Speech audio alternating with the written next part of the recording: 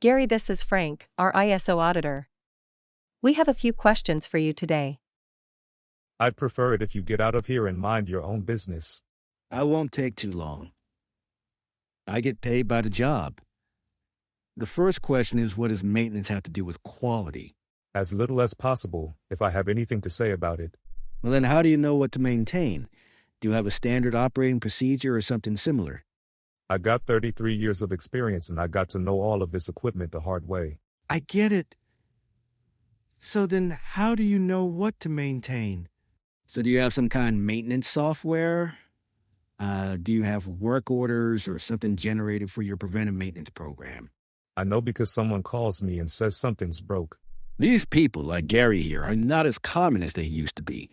They think because their long-time connection with the founder or some other special experience they have that they're smarter than the standard operating procedure.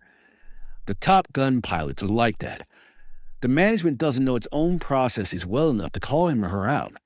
They're hard for the management to fire because of fear. But you know what? In the many cases where I've seen it happen, the company ends up better off when they finally bite the bullet and let them go.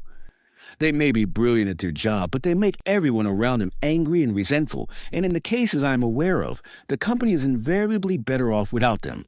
Who does all of the calibration at this place? I do. I have a water bath to test the temperatures and a test weight to test all of the scales. See, here it is. I hang it on all of the load cells, and if they say 5 pounds, I call it good. How often do you check that weight? How do you trace it to the NIST? Look, I'm about sick of your questions. Why don't you get the hell out of here? That's fine with me. I've got enough information at this point. Ready to get out of here, Carol? Sure. Where to next? Let's get back to the conference room for a little while.